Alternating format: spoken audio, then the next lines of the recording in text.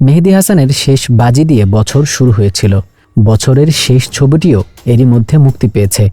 নকশি কথার জমিন দিয়ে শেষ হচ্ছে ২০২৪ সালের ছবি মুক্তির যাবতীয় হিসাব নিকাশ। খোঁজ নিয়ে জানা গেছে এ বছর দেশের প্রেক্ষাগৃহে মোট ৪১টি ছবি মুক্তি পেয়েছে। বছরের মাঝামাঝি কয়েক মাস রাজনৈতিক পরিস্থিতির কারণে সিনেমা মুক্তি বন্ধ ছিল।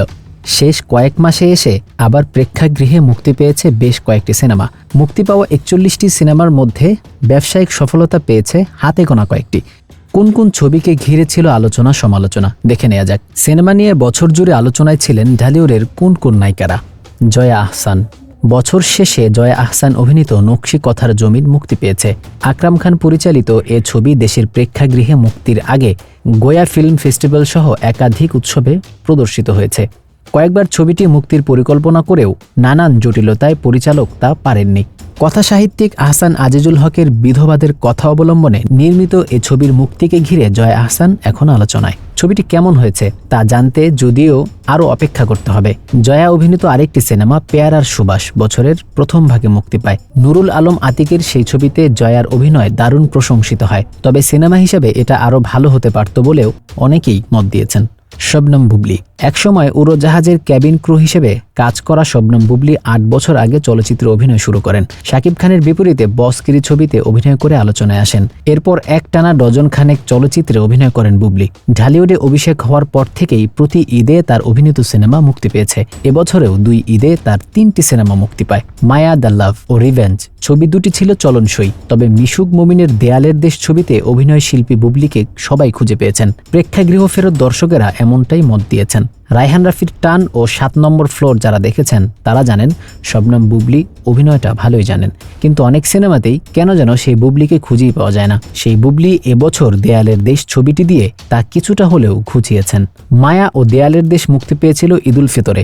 একই সময়ে একই অভিনেত্রীর দুটি ভিন্ন ধারার সিনেমা চলছে প্রেক্ষাগৃহে। এটা বিরল দৃশ্য বটে। বছর শেষে পিনিক নামের একটি সিনেমাতে চুক্তিবদ্ধ হয়েছেন তিনি।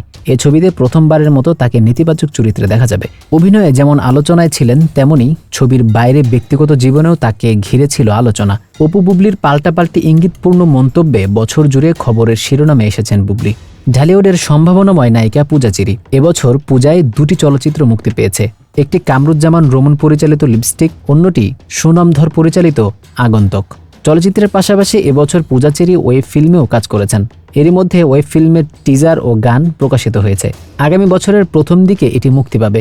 এর বাইরে সারা বছর বিভিন্ন ধরনের ইভেন্টে ছিল পূজা চেরির উপস্থিতি। সব মিলিয়ে আলোচনায় ছিলেন এই ঢালিউড তারকা মেহজাবিন চৌধুরী।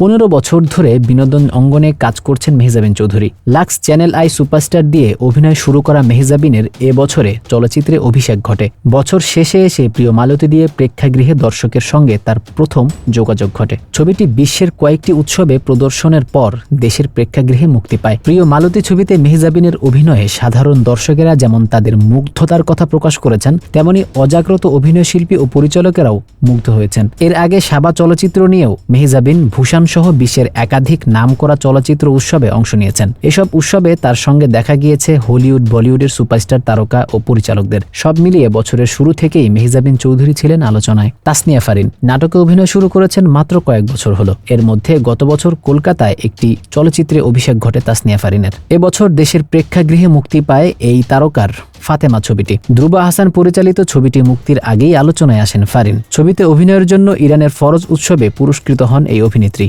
ফাতেমা ছবিতে ফারিনের অভিনয় প্রশংসিত হয়েছে।